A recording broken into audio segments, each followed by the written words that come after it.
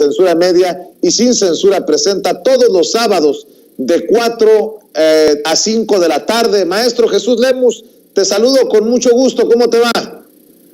Saludos, te saludo con mucho gusto, mi querido Vicente. Todo bien, bendito Dios, y afortunadamente siempre un placer poder saludarte a ti como cada jueves. Oye, pues parece ya una noticia repetitiva, pero no. Cada vez son más pruebas que se acumulan contra Genaro García Luna y pues yo me pregunto cómo es que Felipe Calderón sigue sin caer con tantas pruebas contra el exsecretario de Seguridad Pública. Te pregunto a ti, autor del libro El Licenciado, precisamente sobre este malandrín.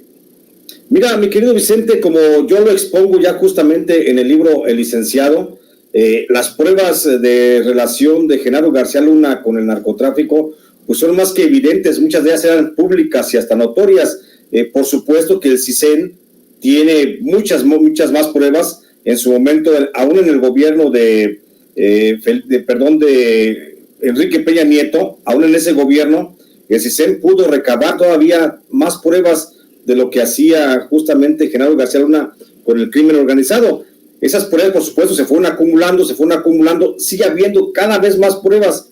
No podemos, en esas fotografías, por supuesto, no me extrañaría que apareciera justamente el propio Genaro García Luna, pues acompañado a lo mejor de Jesús Zambada García, el famoso rey, el hermano del Mayo Zambada, con quien negoció justamente su llegada a la Secretaría de Seguridad Pública y a quien le dio toda la protección para que el cártel de Sinaloa pudiera operar libremente. Lo que estamos viendo es que ahora, bueno, con esto del gobierno mexicano, también de alguna forma, para no meterse en problemas con los acuerdos tácitos establecidos con los expresidentes de la República, pues seguramente está mejor aportando esas pruebas para fortalecer el proceso penal que se le abre a Genaro García Luna allá en Estados Unidos, que todavía se sigue a la espera de que se desarrolle el gran juicio, y con ello pues evitar la pena de tener que procesarlo justamente en México. Pero sobre todo, como tú dices, mi querido Vicente, la pregunta, ¿por qué no abrirle un proceso penal a Genaro García Luna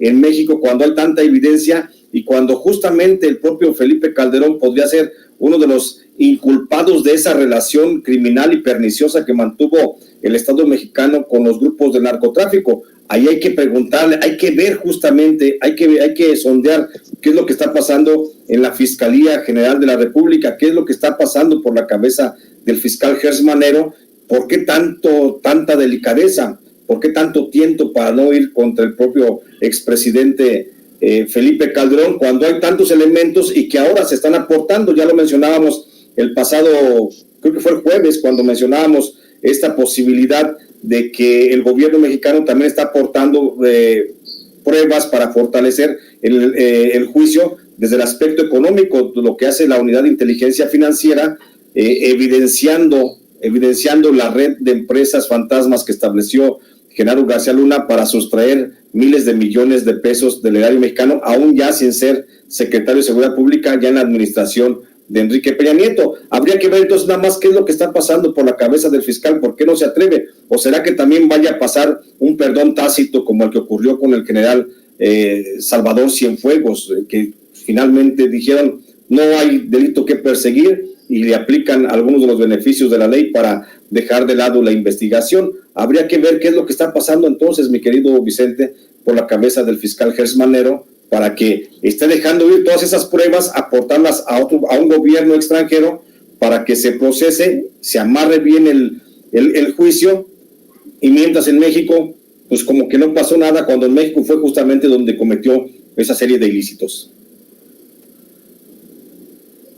Así es, mi querido Jesús Lemus. Tristemente hay que reportar, hay que hablar del asesinato de otro periodista, el periodista Manuel González Reyes de Cuernavaca, Morelos, y bueno, pues preguntar qué es lo que está pasando.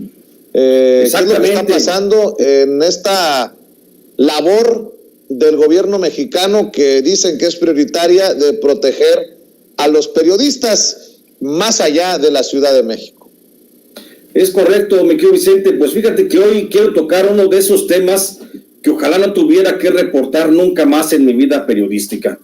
La muerte de otro colega periodista y consecuentemente la inoperancia del mentado mecanismo de protección de periodistas que, como ya lo he dicho en otras ocasiones, y lo vuelvo a reafirmar, no sirve para nada, y que más valiera mejor desapareciera para darnos paso a un nuevo organismo autónomo que sí vea por las necesidades de seguridad del gremio informativo. Ya no voy a repetir, Vicente, que México es el país más inseguro del mundo para ejercer el periodismo. Las cifras de agresiones a los periodistas hablan por sí mismas. Tú, yo y cientos de periodistas más podemos dar cuenta de ello. No importa quién esté al frente del gobierno federal, pareciera que nadie puede frenar los atentados de los que cotidianamente somos objeto, todos aquellos que nos dedicamos a esta bella pero también peligrosa labor de informar. Solo para contextualizar lo que estoy hablando, basta decir que desde el año 2000 hasta el día de hoy, en México han sido asesinados 176 periodistas. Otros 23 se encuentran desaparecidos. Por lo menos 350 más han sido obligados al desplazamiento forzado y obligado. Y más de 3,000 periodistas han recibido amenazas de muerte en estos últimos 20 años. Todo ello como resultado de la labor incómoda de información que estos periodistas víctimas de agresiones han realizado. En promedio, al menos durante los últimos 10 años, cada mes es ejecutado un periodista. Cada medio año desaparece otro. Cada semana un periodista se ve obligado a desplazarse de su lugar de origen. Y cada 28 horas, mi querido Vicente, un periodista recibe amenazas de muerte, que por lo general, a causa del miedo, empujan al grueso del gremio periodístico de su entorno a la autocensura. En octubre del 2012 comenzó a funcionar el mecanismo de protección de periodistas, dependiente de la Secretaría de Gobernación, el que nació con la intención de brindar medidas de seguridad para los comunicadores en riesgo. Pero a la fecha, ese organismo, convertido en un elefante blanco, de poco o nada ha servido para muchos periodistas en riesgo. Y esto te lo digo por lo siguiente. Al día de hoy, pese a que por lo menos más de 3,000 periodistas han recibido o hemos recibido amenazas de muerte, el mecanismo de protección solo atiende a 563 personas periodistas, las que siempre son seleccionadas por una supuesta junta de gobierno, la que se encarga de discriminar a aquellos periodistas que no cumplen con ciertos parámetros que por lo general tienen que ver con aspectos clasistas. Duele decirlo, pero es la verdad. Si no eres un periodista reconocido, si el medio para el que trabajas no tiene cierto estatus social, y si además no te rozas con la clase política y no tienes amigos o padrinos dentro de la Secretaría de Gobernación, es muy difícil que el mecanismo atienda un reclamo de protección. Eso es lo que ha hecho que hoy el gobierno de la Cuarta Transformación de Andrés Manuel López Obrador, al igual que durante el gobierno de Enrique Peña Nieto, el mecanismo de protección de periodistas se ha convertido en un club, o siga siendo un club de amigos que solo otorga medidas de protección a discreción a los que cuentan con el favor de algún funcionario dentro de ese organismo. No está de más señalar que la plantilla laboral del mecanismo de protección, la que absorbe en salarios más del 50% del presupuesto otorgado anualmente, que es en promedio 148 millones de pesos, en su mayoría está conformada por funcionarios heredados de la administración de Enrique Peña, colocados ahí por el que fuera secretario de Gobernación y hoy senador del PRI, Miguel Ángel Osorio Chong. Pero de todo, lo más lamentable es que el mecanismo de protección no cumple con el objetivo social para el que fue creado. El mecanismo federal no está cumpliendo con la labor de proteger a los periodistas y las mismas cifras negras así lo refieren. De los 95 homicidios de periodistas cometidos desde que se creó el mecanismo, por lo menos 14 de ellos contaban con medidas de protección, es decir, estaban protegidos por el mecanismo. A ello hay que agregar que de esos 95 homicidios de periodistas registrados desde el 2012 a la fecha, por lo menos en 17 casos, el mecanismo se negó a brindar medidas de seguridad a los periodistas que primero fueron amenazados de muerte y después terminaron siendo ejecutados a balazos. Es decir, que de 95 homicidios de periodistas que van desde el 2012, desde que se creó el mecanismo, a la fecha, en por lo menos el 43% de los casos, el mecanismo de protección simplemente ha resultado ineficiente, sea por negligencia o por omisión, lo que, si se quiere ser más estricto, puede resultar en algún tipo penal. Y todo esto viene a colación porque apenas, como tú decías, mi querido Vicente, el pasado martes fue asesinado el periodista Manuel González Reyes, de 55 años de edad, quien era director del medio digital Agencia PM Noticias, que se publica a través de una página de Facebook. González Reyes fue ejecutado a balazos al filo de las 5:37 de la tarde del martes pasado, cuando caminaba por la colonia Mirabal en Cuernavaca, Morelos. De acuerdo a fuentes de la Fiscalía de Morelos, un sujeto que viajaba a bordo de una motocicleta fue quien disparó contra el periodista, acertándole al menos un disparo en la cabeza, por lo que el comunicador murió en el acto. La principal línea de investigación de este atentado, que lleva a cabo la Fiscalía del Estado de Morelos, es la actividad periodística que realizaba Manuel González Reyes, pues a través de su página informativa hacía eco a las denuncias ciudadanas, además de mantener como principal enfoque informativo los temas de suministro de agua y devastación del medio ambiente. Por fuentes del gremio se sabe que Manuel González ya había referido a algunos de sus compañeros que recibía amenazas de muerte. Incluso manifestó su intención de solicitar medidas de seguridad al mecanismo de protección, solo que su llamada nunca fue recibida en esa instancia. Hoy habrá que ver cuál es la postura que manifiesta el mecanismo sobre este hecho, pues esta no es la primera vez que un periodista asesinado fue abandonado por el mecanismo. Y para cerrar, decirte lo doloroso que es esta muerte, pues Manuel González Reyes era un periodista que iba al día a día, igual que cientos que apenas ganan lo necesario para subsistir. El grado de pobreza económica de este periodista queda claramente reflejado en un hecho, mi querido Vicente, en el anuncio que se hace por su familia a través de la página de Agencia PM Noticias, en donde desde ayer se puso un post que anuncia la rifa de la motoneta que utilizaba Manuel para reportear y que ahora servirá para pagar sus gastos funerarios, porque eso es lo más grave que pasa en México. A veces, cuando los periodistas mueren, son asesinados, ni siquiera la familia tiene la posibilidad de enterrarlos. Ese es mi comentario, mi querido Vicente. Pues qué duro comentario, qué duro lo que nos comentas. Pues qué decir, que en solidaridad estamos con la familia de este periodista asesinado y ver cómo los apoyamos. Ojalá que también el apoyo llegue para evitar más asesinatos, pero urge que se tomen acciones, porque esto no para, mi querido Jesús. Es correcto, mi querido Vicente, no para, las agresiones siguen al día y las circunstancias de pobreza en la que a veces tiene que morir el periodista es todavía más lastimoso y habla mucho que decir, no nada más de la autoridad, sino también de nuestra sociedad, que a veces dejamos de lado a los propios periodistas que se juegan todo para informar. Si me permites, mi querido Vicente, la cuenta que aparece plasmada en la página de Agencia PM Noticias, donde desde ayer se está rifando la motoneta del periodista asesinado para poder tener recursos para sepultarlo.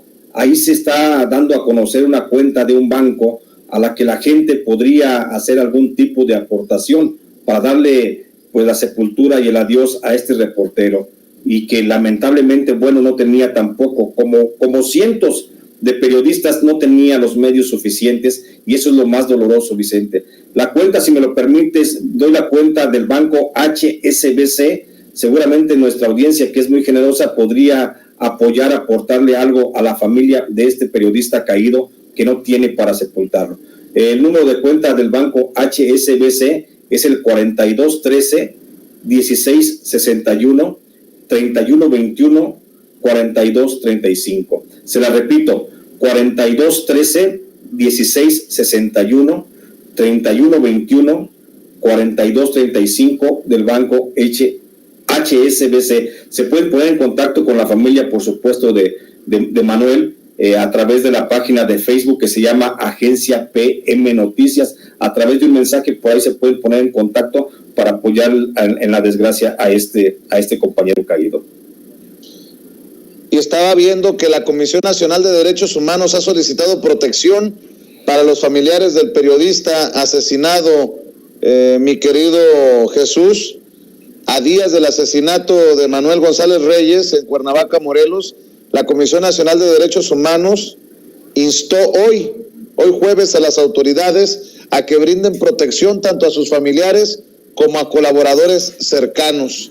Y cito, exacto, la Comisión Nacional de Derechos Humanos solicita realizar todas las acciones pertinentes para otorgar atención integral y garantizar la vida, seguridad e integridad personal de los familiares del comunicado y víctimas indirectas, indicó la comisión en un comunicado. Este organismo pidió no descartar de las líneas de investigación que su actividad periodística haya sido el móvil del asesinato de Manuel González Reyes. Si me permiten, dice así el comunicado: la Comisión Nacional de Derechos Humanos condena homicidio del periodista Manuel González Reyes y solicita protección para su familia y colaboradores. La Comisión Nacional de Derechos Humanos condena enérgicamente el homicidio del periodista ocurrido el 28 de septiembre en el municipio de Cuernavaca, Morelos, luego de ser agredido por sujetos desconocidos. Expresa condolencias a los familiares de la víctima, a los colaboradores del medio PM de Morelos, en el cual laboraba, así como a los demás integrantes del gremio informativo, al tiempo que demanda a las autoridades de la entidad del Estado, pues, esclarecer los hechos sin descartar como línea de investigación su actividad profesional. Asimismo, solicita realizar todas las acciones pertinentes para otorgar atención integral y garantizar la vida, seguridad e integridad personal de los familiares del comunicador y víctimas indirectas. Para la Comisión Nacional de Derechos Humanos, los medios de comunicación son aliados valiosos en la defensa y promoción de los derechos fundamentales del pueblo, para vigilar el ejercicio del poder y denunciar los abusos de autoridad. Este organismo nacional manifiesta su disposición de seguir de cerca el desarrollo de las indagatorias iniciadas a partir del homicidio de González Reyes y, en su caso, emitirá el pronunciamiento que conforme a la ley corresponda. Ese es el comunicado, Jesús.